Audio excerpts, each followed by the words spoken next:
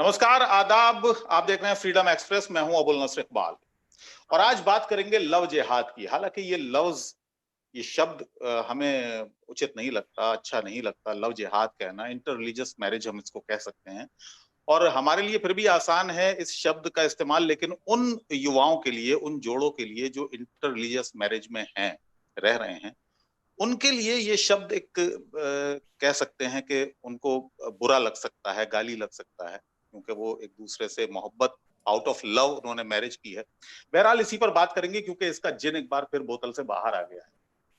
और ताजा मामला क्योंकि यूं है कि इलाहाबाद हाई कोर्ट में एक जोड़ा पहुंचता है, अपने लिए सुरक्षा की मांग करता है और हाई कोर्ट उसको सुरक्षा देने से इनकार कर देता है। उसके बाद ये पूरा मामला सियासी गलियारों में घूमा। सबसे पहले उत्तर प्रदेश के मुख्यमंत्री का एक बयान आया जिसमें उन्होंने कहा कि लव जिहाद पर कानून लाएंगे। उत्तर प्रदेश से होता हुआ वो हरियाणा पहुंचा, हरियाणा से फिर वो कर्नाटक, और उसके बाद कई मध्य प्रदेश में भी शिवराज सिंह चौहान ने कहा कि उस पर कानून लाएंगे। और हरियाणा के मुख्यमंत्री ने तो यहां तक कहा कि केंद्र भी इस पर विचार कर रहा है कि कोई ऐसा कानून लाए जिससे लव जिहाद का जो भी मामला चल रहे हैं, इनकी जांच हो और ये रुक जाए। बहरहाल इस पर बात करेंगे कि आखिर ये कितना गंभीर मामला है, या ये सामाजिक मुद्दा है, राजनीतिक मुद्दा है, आखिर इसकी वजह क्या है, इस पर बात करेंगे। जॉन दयाल साहब हमारे साथ हैं, जाने माने सोशल एक्टिविस्ट हैं, राइटर हैं, और फुजैल अयूबी साहब हमारे साथ हैं, सुप्रीम कोर्ट के वकील हैं। जॉन दयाल जी, आपसे शुरुआत करेंगे। ये मामला पॉलिटिकल है या सामाजिक है? आपका नजरिया क्या है इस पर? मामला संघ परिवार का एजेंडा का है, ना सोशल है जी। ना आंतरिक है, ना प्यार मोहब्बत से इसका कोई तुक है, ना कानून से, पार्लियामेंट से, कॉन्स्टिट्यूशन से इसका कोई लेना देना है। ये किसी कॉन्टेक्स्ट में इन्वेंट किया गया था जी। और इसको आरएसएस लेके एक तरीके से कहते हैं उड़ गया, और इसको पका के, रोटी सेक के, अब इसको एक अपने जो उसका वोट बैंक है उसको अपीज करने के लिए ये उसका इस्तेमाल कर रहा है, और इसका कोई कुछ है नहीं। जी। इसी तरीके से कन्वर्जन को इस्तेमाल कर रहा है, इसी तरीके से उसने गोमांस को इस्तेमाल किया। तो ये बात तो हमको पहले ही उसमें समझ लेनी चाहिए कि मुद्दा है क्या। मुद्दा है आरएसएस, भाजपा को अपना वोट बैंक किस तरीके से कंसोलिडेट कर सकते हैं, किस तरीके से उनको डरा सकते हैं, डंडे के जोर से, भाव दे के, उकसा कर अपने खेमे में ही रख सकते हैं। इसी के ऊपर आज आज लव जिहाद है, परसों बीफ गौमांस था, उसके पहले और उसके बाद कन्वर्जन था, कल कोई और चीज ढूंढ लेंगे। और इसको अगर हम बारीकी से देखेंगे तो उनके पास सच्चाई इसमें कतई नहीं है। उनके पास खड़े होने के लिए दो टांगे तक क्या, कोई भी टांग नहीं है। और मेरा ख्याल है अगले 10-15-20 मिनट में इसके ऊपर और खुलासा करेंगे। अच्छा जॉन दयाल जी, क्योंकि ये मामला आपने कहा कि आरएसएस का एजेंडे के तहत है और ये इसका कोई सरपैर है नहीं, लेकिन इसी तरह की शिकायतें कुछ केरला में भी सामने आई और वहां पर आरएसएस या किसी हिंदूवादी संगठन ने नहीं की थी, बल्कि कुछ क्रिश्चियंस ऑर्गेनाइजेशंस थी जिन्होंने इस तरह की शिकायतें की थी। और वहां पर देखिए, वहां पे ईसाइयों ने कहा कि 2500 के आसपास कह सकते हैं, 2700 ईसाई लड़कियां पिछले 10 साल में, उन दिनों कहा था 10 साल में मुसलमानों से शादी कर ली है। और उन्होंने कहा कि 2700 लड़कियां 10 साल में ईसाइयों की मुसलमानों से शादी हो गई।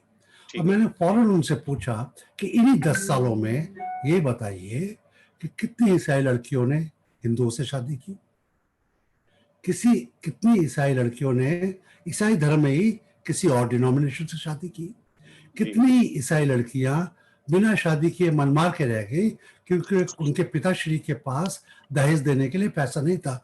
और केरला में ईसाइयों में भी हिंदुओं की तरह दहेज प्रथा बहुत सक्षम है, बहुत स्ट्रॉन्ग है, बहुत सोशल उसके ऊपर उसका पंजा है। जी। और कितनी लड़कियों ने एक सेकेंड और कितनी लड़कियों ने इन्हीं 10 साल में मायूसी में खुदकशी कर ली। तो ये डेटा अभी तक मेरे पास आया नहीं है, और इस डेटा के ना रहते हुए ये कहना कि मुसलमानों से शादी हो गई है, इसका कोई महत्व नहीं है। और एक इसमें पॉइंट और है कि कितने क्रिश्चियन लड़कों ने मुसलमान लड़कियों से शादी की। नहीं, वो तो वो बता देंगे आपको, अच्छा। वो बता देंगे बड़े आराम से, मगर वो मौका बात नहीं है ना, वो बात नहीं है, उसका कोई इस बात लव जिहाद से लेना देना भी नहीं है। उसको तो आरएसएस भी कहेगा कि और उकसाओ। यहाँ पे मेन मुद्दा है कि इस्लामोफोबिया को जी जेंडर पात्रियार्की के अंदर अपनी बेटियों की सेक्सुअलिटी के ऊपर कंट्रोल करना, उनके मनस पे कंट्रोल करना, उनके दिल पर कंट्रोल करना, उनके भलाई के लिए नहीं, अपनी भलाई के लिए, ये चर्च का था। अब चर्च थोड़ा सा इसमें शांत है। पुलिस वाले चर्च को उकसा रहे थे, हाई कोर्ट वहां पे उन दिनों चर्च को उकसा रहा था, तो एक ये वहां पे एक सैलाब सा आ गया था कुछ दिनों के लिए, और मगर वो उसके बाद वो चला नहीं। जी जी, हदिया और शफीन का केस था वहां पर जिस हाँ, वक्त, और वहां उसमें मैं हदिया उसमें के हाई कोर्ट ने सपोर्ट में बड़े फैसला जोर दिया से था आया। उसमें। जी, उसके बाद सुप्रीम कोर्ट ने हाई कोर्ट के फैसले को बदला जी था, हाँ। उनको एक मियाँ बीवी की हैसियत से रहने की हाँ, उनको जब अनुमति दी मियाँ थी। बीवी राजी तो क्या करेगा क्या काजी या करेगा। पंडित या पादरी। चलिए इसका लीगल जो एस्पेक्ट है उस पर भी जानकारी लेते हैं। फुजैल साहब ये बताइएगा कि कानून बनाने की बात हो रही है, आप किसी का मानस कैसे पढ़ सकते हैं कि कोई व्यक्ति किसी और धर्म को अगर अपना रहा है तो वो क्या सोचकर अपना रहा है, क्या कानून कैसे कंट्रोल करेगा उसको, उस कानून में क्या क्या प्रावधान होंगे और क्या ये मुमकिन है। जी देखिए, ये एक तो जैसे सर ने अभी कहा ये बात कि मतलब एक ये सेल्फ सर्विंग या एक पॉलिटिकल टर्म है, इसका कोई लीगल सैंक्शन नहीं है लव जिहाद। There is no legal sanction, there is this not a legal term. एक सेल्फ सर्विंग एक पॉलिटिकल स्टेटमेंट है लव जिहाद। उसको किस तरह से एक लीगल जामा पहनाया जाएगा, ये तो जब कोई ड्राफ्ट सामने आएगा तभी उसके ऊपर एक प्रॉपर तफसील से डिबेट हो सकेगी। अभी तक तो सिर्फ एक तरह का ये प्रपोजल कहा जा रहा है कि ऐसा प्रपोजल हम कर सकते हैं कि इसके अंदर हम कोई कानून बनाएंगे कि ताकि वो इस तरह की चीजें ना हो। लेकिन उससे पहले हमें ये देखना होगा कि मौजूदा कानून क्या है उसके लिए। हिंदू मैरिज एक्ट है, उसके अंदर प्रोविजन है जो सेम रिलीजन के हैं वो मैरिज कर लेंगे। शरीयत एप्लीकेशन एक्ट है 1937 का, उसके अंदर मुसलमान अपनी मैरिज कर लेंगे। अगर कुछ लोग अलग अलग फेथ के हैं और वो इंटरकास्ट मैरिज या इंटर रिलीजियस मैरिज करना चाहते हैं तो उनके लिए 1954 में ये स्पेशल मैरिज एक्ट बना था। अच्छा, स्पेशल मैरिज एक्ट 1954 में जो बना था उससे पहले वो 1878 में भी इसी नाम से था कि अगर दो अलग अलग मजहब के अलग अलग रीति रिवाज के अलग अलग तरीके से शादी करने के जो तरीके हैं उसके हिसाब से उसको सोलमनाइज करना चाहें, लीगल सैंक्टिटी उसको देना चाहें, तो उनके लिए मैरिज ऑफिसर का प्रोविजन था 1872 के भी एक्ट में और 1954 के भी एक्ट में। अच्छा, ये तो inter caste inter religious marriages के लिए। इसके अंदर भी सेक्शन 6 और 7 में ये प्रोविजन है कि अगर वो जो बच्चे जो भी शादी करना चाहते हैं एडल्ट्स, वो एडल्ट्स जो है उनके लिए 30 डेज का नोटिस जाएगा। मैरिज ऑफिसर उस नोटिस को लगाएगा कि अगर मान लीजिए ये कहा जाए कि वो इनकेपेबल है to give a valid consent, कि कोई भी उसमें लड़की या लड़का या इनवैलिड है और उसको अनसाउंडनेस ऑफ माइंड की वजह से या मैं किसी एक भी मिनट यहाँ पर रोकूंगा फजल साहब, एक मिनट यहाँ जॉन दयाल साहब से इस पर कमेंट लूंगा। जॉन दयाल जी ये बताइएगा कि जो प्रॉब्लम है, आपने आरएसएस का नाम लिया, हिंदुवादी संगठनों का नाम लिया, जो प्रॉब्लम है वो कन्वर्जन है या इस तरह की जो मैरिजेस हैं वो प्रॉब्लम है आरएसएस के लिए या हिंदुवादी संगठनों के लिए? नहीं, मैं जो कह रहा हूँ उसको समझने की कोशिश कीजिए।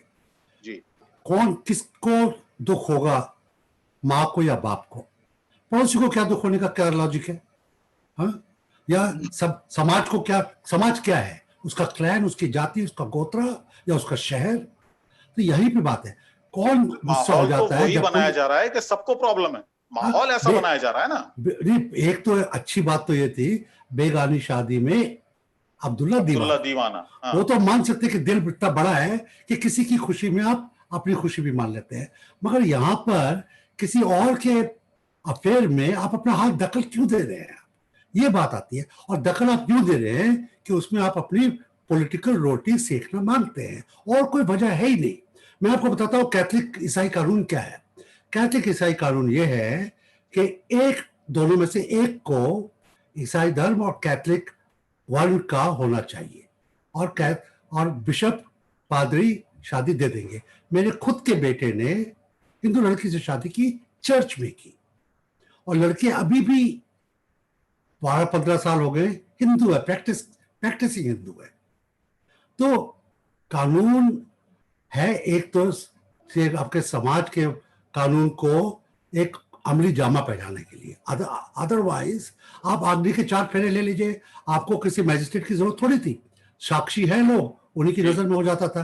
तो कानून का जामा पहना सकते हैं आप, मगर अगर कोई कहे पड़ोसी कि शादी नहीं हो सकती है फिल्म की तरह, क्यों नहीं हो सकती है? क्योंकि राजपूत है और दूसरा शेड्यूल कास्ट है, तो उसके 5 जूते पड़ेंगे आज के जमाने में। लेकिन कोर्ट ने जो बात की है, कोर्ट ने कहा है कि बिना जाने, किसी भी मजहब को जाने बिना, सिर्फ शादी के लिए अगर धर्म परिवर्तन हो रहा है तो उस पर कोर्ट की टिप्पणी आई है। हाँ, और वो भी कोर्ट का कोई फजूल टिप्पणी है। धर्मेंद्र और हिमालय ने शादी की, दोनों मानते हैं, उनके बच्चे हो गए, बच्चों की भी शादी हो गई, उनके भी बच्चे हो गए।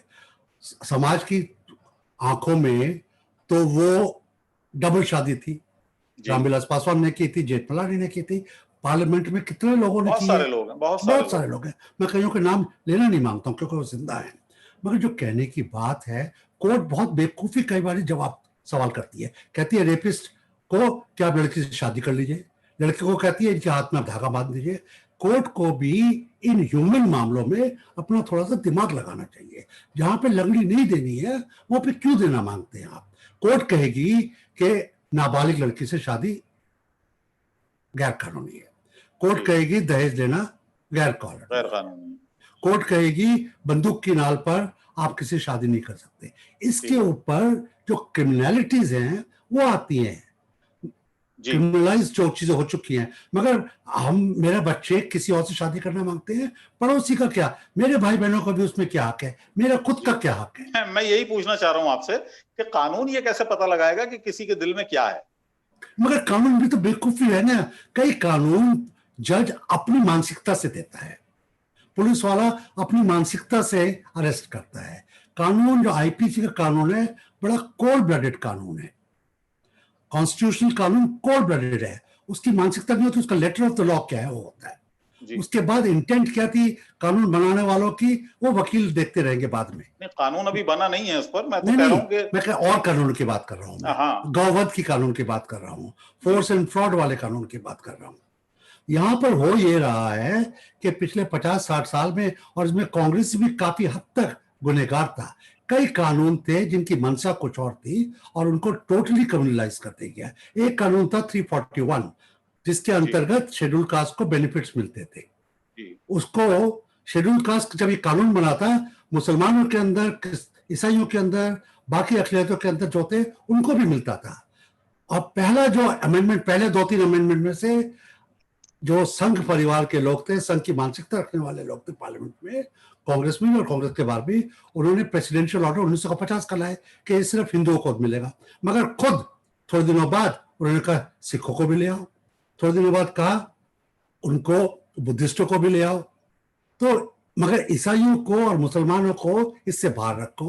तो मानसिकता कानून की उनके खुद ही जुबानी एकदम क्लियर हो जाती है, वो कानून की नहीं रहते हो, फिर वो इस्लामोफोबिया, क्रिस्टोफोबिया के अंतर्गत उनको, बल्कि मैं तो कहूंगा उनके ऊपर कानून के अंतर्गत हेटेड फैलाने का जुर्म साबित हो जाता है। जी फुजैल साहब, कॉन्स्टिट्यूशन सबको बराबरी का अधिकार देता है, आपको अपना आइडियोलॉजी चुनने का अधिकार देता है, अपना जीवन साथी चुनने का अधिकार देता है बालिग होने पर, और तमाम बराबरी के हुकूक की बात संविधान में हमारे है। अब ऐसे में कोई नया कानून लाकर या किसी कानून में अमेंडमेंट करके आप संविधान के ऊपर तो नहीं जा सकते, उस कानून की लीगलिटी क्या होगी? नहीं, बिल्कुल ठीक कह रहे हैं। एक सर ने एक वर्ड यूज किया था पैट्रियार्की का, कि आप एक बात इसको इस नजर से देखिए कि यानी कि हम ये कह रहे हैं कि जो लड़की है इस शादी में, वो अपनी कंसेंट देने के लिए उसमें मैच्योरिटी नहीं है, और उसको जो है वो आप ये कह रहे हैं कि इस केपेबल नहीं है, वो वल्नरेबल है। जी वल्नरेबल है। वो वल्नरेबल क्यों है? आप क्यों मानते हैं कि वो vulnerable? I think critical point तो ये है कि एक पूरा समाज यानी कि हम कहा जाए कि जो औरतों का या लड़कियों का, उसको हम ये मान रहे हैं कि वो केपेबल नहीं है टू टेक अ डिसीजन, और वो इतनी गलेबल है कि उसको कोई भी बहला फुसला के शादी कर लेगा और उसको पता भी नहीं चलेगा, उससे शादी भी कर लेगा, उसका कन्वर्जन भी कर देगा और उसको पता भी नहीं चलेगा। और इसलिए हमें पता है और हम उसके लिए ठेकेदार सेफगार्ड बनाएंगे और उसके लिए सेफगार्ड क्रिएट करेंगे, क्योंकि वो बेचारी जो है वो तो ये डिसीजन नहीं ले सकती। मतलब are we in 2020 believing that our women in this country are ये this vulnerable हास्यास्पद that they will बहुत, not be able to take a decision to this effect? So ये therefore मजाक है। therefore a safeguard is to be needed. That is a self defeating argument. मतलब एक वो हम खुद ये मान रहे हैं यानी कि हमने उनको इतना इक्विप नहीं किया है या इतना कैपेबल नहीं बनाया है, और दूसरी तरफ हम कह रहे हैं कि नहीं, हमारे यहाँ नारी शक्ति है और उसमें उसके हम पे पूरा भरोसा है और हमारे प्राइम मिनिस्टर तक हुई है और हर चीजें हुई। सो ये कॉन्ट्रडिक्शन 2020 में, मतलब इसको भी तो समझना होगा कि क्या है, more than a legal issue. जी जॉन दयाल जी, बिल्कुल मेरे ख्याल से सही कह रहे हैं फुजैल साहब, जो उन्होंने कहा कि इतना वल्नरेबल मान के बैठे हैं कि सब कुछ हो जाएगा एक महिला के साथ, एक लड़की के साथ, और उसको पता नहीं लगेगा, उसका कन्वर्जन भी हो जाएगा, शादी भी कर ली जाएगी, बहला फुसला लिया जाएगा, और ये सब इतना आसान है और लव जिहाद के नाम पर ये सब कुछ हो जाएगा। इस अगर दो चीजों में आप कहते हैं कि सारे धर्म यूनाइटेड है, एक चीज तो यह है कि महिला को बराबरी मत दो। इसमें ईसाई भी इन्वॉल्व हैं, हमारे पादरी भी इन्वॉल्व हैं, मुल्ला भी इन्वॉल्व हैं, और ब्राह्मण और ठेकेदार हिंदू धर्म में तो टोटली इन्वॉल्व है, क्योंकि इनसे औरों को कोई खतरा हो या ना हो, उनको खतरा है कि अपना हकूक मांगेगी, धर्म के अंदर अपना हकूक मांगेगी। बराबरी तो खुदा ने बराबर बनाया है, तो पात्रियार्की से कोई धर्म ये ऐसा कह सकते हैं कि बचा नहीं है, मगर उस पात्रियार्की को पॉलिटिसाइज करना तो संघ परिवार की पुरानी आदत है। इसमें तो मैं खुलेआम कहता हूं, और भाजपा क्योंकि उसका विंग है, इसका सारा ये रहा है। नरेंद्र मोदी जी प्रधानमंत्री हमारे, हम उनका बड़ा आदर करते हैं क्योंकि जब तक वो प्रधानमंत्री हैं, मगर वो कहेंगे तो बेटी बचाओ, मगर बेटी बचाने के लिए जो करना है वो नहीं करेंगे। कहेंगे बेटी बढ़ाओ, मगर बेटी को उस ढंग तक नहीं बढ़ाने का कहेंगे। उन्होंने क्या कहा है कि हर गरीब बेटी को 100% स्कॉलरशिप मिलेगी जब तक वो पीएचडी ना कर ले, ये नहीं कहा उन्होंने। वहां पर कहते हैं कि जो बाकियों के लिए वो लड़कियों के लिए भी है। तब मैं मानूं क्या वो भारत की हर बेटी को कहें बेटी तुम्हारे आओ प्राइमरी में, और जब तुम जेएनयू से पीएचडी करके जाओगी खर्चा मैं उठाऊंगा, ये नहीं कहेंगे आप। तो नौकरी बराबर की मिलेगी, सामाजिक मुद्दा और है जॉन दयाल जी, एक सामाजिक मुद्दा और है, और शायद मुझे लगता है कि आप शायद सहमत होंगे, क्योंकि हमारा जो सामाजिक ताना माना है हमारे देश में, उसमें एक महिला की, एक लड़की की जो सेक्सुअलिटी है या उसका पूरा वजूद जो है, उसको एक सामाजिक सम्मान, खानदानी इज्जत के साथ जोड़ा जाता है, और उसी चीज को बार बार एक्सप्लॉइट कराने की, पॉलिटिकली एक्सप्लॉइट कराने की कोशिश होती है। अभी आप देखिए इन दिनों कितने लोग जेल जा रहे हैं। हमारा एक साथी अर्नब गोस्वामी जेल गया, और अगर उसको सजा हो गई बाकायदा, जो शायद होनी भी चाहिए, तो लोग ये थोड़ी कहेंगे किस माँ का बेटा है, कहेंगे किस बाप का बेटा है। तो आदमी भी, परिवार की इज्जत तो घर का लाल भी उससे ज्यादा बिगाड़ सकता है जितना लड़की बिगाड़ सकती है। और उसके लिए मेरा ख्याल है परिवार को भी सोचना है कि उनकी इज्जत है क्या, किस चीज को अपनी इज्जत कहते हैं। लड़की ने किसी दलित से, किसी मुसलमान से, किसी ईसाई से, किसी सरदार से, किसी ठाकुर से शादी कर ली, और खुशी है, सुख में है, उसके बच्चों को अच्छा लालन पालन हो रहा है, तो उसका आशीर्वाद ही मिलेगा।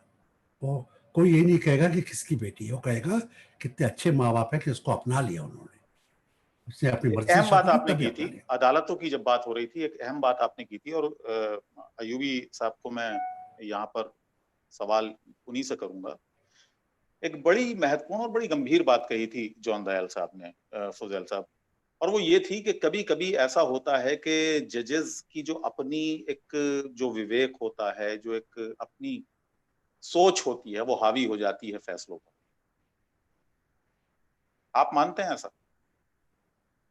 देखिए, एक बात वो पहले ये बात कही थी सर ने, मैं उस वक्त भी कहना चाह रहा था, हमारे यहाँ जुडिशियल हायरार्की है। If you don't agree with the decision you can challenge it to the next level, और वो कॉन्सिक्वेंटली आप चैलेंज करते रह सकते। दूसरी चीज, हर फैसला जो आता है वो उस चार दीवारी के अंदर आता है जिसमें वो फैक्ट्स एंड सर्कमस्टांसेस होते हैं। वो पूरे सब चीजों को टू से कि वो उसके सिलसिले में है, ऐसा नहीं है, उस पर्टिकुलर फैक्ट्स में आएगा। तीसरी बात, जो फैसला है वो उसका जो रेशो है, यानी कि उसके अंदर जो वो फैसला उन हालात में कर रहा है, वो एक जी अलग चीज है। उसके अंदर ऑब्जर्वेशंस बहुत सी होंगी, जी उन ऑब्जर्वेशंस को फैसला नहीं मानेंगे हम। वो ऑफ हाँ, कोर्स, बिल्कुल नहीं। जैसे सर ने कहा कि उनका व्यू है कि वो ऑबिटर है एक, और एक व्यू है कोर्ट का, और वो बिल्कुल जजेस टू जजेस, कोर्ट्स टू कोर्ट्स वो डिफरेंट है। अभी हमारे यहाँ अभी बिल्कुल रिसेंट है, 2 दिन पहले एक डिस्ट्रिक्ट जज, सेशंस जज है दिल्ली में, उन्होंने जो बेल दी वो पूरी की पूरी पोयम लिख करके एक बेल दे दी उन्होंने, और उसकी वर्सेस की तरह से उन्होंने बेल को फॉर्मेट कर दिया। जो जजमेंट्स और आ रहे हैं उसमें अलग अलग, जैसे अभी तबलीग के मामले में जो जजमेंट था, उसके जी अंदर उन्होंने उस बात को डिमोलिश किया, और उसके बाद फिर एक लार्जर कॉन्स्पिरेसी या कहा जाए कि मीडिया, और उसके ऊपर भी वो कर दिए रिमार्क्स। लेकिन वो ऑब्जर्वेशंस है कोर्ट के, वो वो सब सही है, रेशो नहीं है। जी ठीक है, लेकिन लेकिन फुजैल साहब भी और जॉन दयाल साहब आप भी ये महसूस हर व्यक्ति शायद कर सकता है, हम लोग भी कर सकते हैं, हम इंसान हैं और हम उस दर्द को महसूस कर सकते हैं लव जिहाद का जहां तक ताल्लुक है, क्योंकि बहुत सारे ऐसे केसेस हैं हमारे सामने। केरला का वो केसेस जिसमें हदिया और शफीन का वो केसेस जिसमें उसको सुप्रीम कोर्ट तक आना पड़ा, और सुप्रीम कोर्ट के इंटरवेंशन के बाद फिर उनको एक दर्जा हासिल हुआ मियां बीवी की तरह रहने का। लेकिन इस दौरान, इस कानूनी दावपेच के दौरान जो मेंटल ट्रॉमा उन दोनों को ही या उनके खानदान को हुआ होगा, वो हर व्यक्ति को महसूस करना चाहिए। और जब कानून बन जाएगा तो इसमें कितनी पेचीदगियां होंगी, कितने लोग इसमें फंस जाएंगे, गलत तरीके से उनको फंसाया जाएगा, ये भी हम सबको नजर में रखना चाहिए। आपका हाँ, बहुत इसमें बहुत शुक्रिया। बस मैं जी इसमें जल्दी से 2 बातें कह दूं। जो जी जी बता आपने दीजिए। बिल्कुल ठीक कहा, देखिए जब कोई अस्पताल जाता है तो उसकी पूरी फैमिली परेशान होती है। ऐसे ही जब बेशक। कोई कोर्ट जाता है तो उसमें ऐसा नहीं है कोई happily somebody goes to the court, तो वो सब लोग परेशान थे ऑफ कोर्स। हादिया वाले मामले में इनिशियल सुप्रीम कोर्ट का व्यू बिल्कुल डिफरेंट था। लास्ट में आकर के वो व्यू, जब जैसे जैसे हियरिंग्स होती गई, उसके बाद फिर फाइनली व्यू उनके फेवर में आया। तो वो जैसे मुकदमा आगे बढ़ता है तो उसकी उसकी जो जैसे आता जाता है, वो सामने आता जाता है, वैसे वैसे व्यू भी कोर्ट का ऑफ कोर्स जी चेंज वकील होता साहब, इस उसके पूरे अलावा मामले नहीं, के एक सेकंड, वकील जी साहब उसके अलावा किस तरीके का माहौल बनाया जाता है, जी किस तरीके से मीडिया का दुरुपयोग करा जाता है, राजनीति का दुरुपयोग करा जाता है, विमेन कमीशन का। हादिया के केस में तो मेरा ख्याल है हर इंस्टीट्यूशन को और उसके हेड्स को कटघरे में खड़ा करना पड़ेगा। जी। और कितना माहौल बनाया गया कि उसको आतंकी बनाने के लिए ले जाया गया, या इस तरीके का एक पूरे देश में माहौल बनाया गया, एक डर का माहौल, इस्लामोफोबिक एक माहौल बनाने की कोशिश की गई। बहुत बहुत शुक्रिया हमसे बात करने के लिए। बहुत जॉन बहुत दयाल साहब शुक्रिया। आपका भी बहुत शुक्रिया, और फुजैल अय्यूबी साहब आपका भी बहुत बहुत शुक्रिया। मुझे इजाजत दीजिए।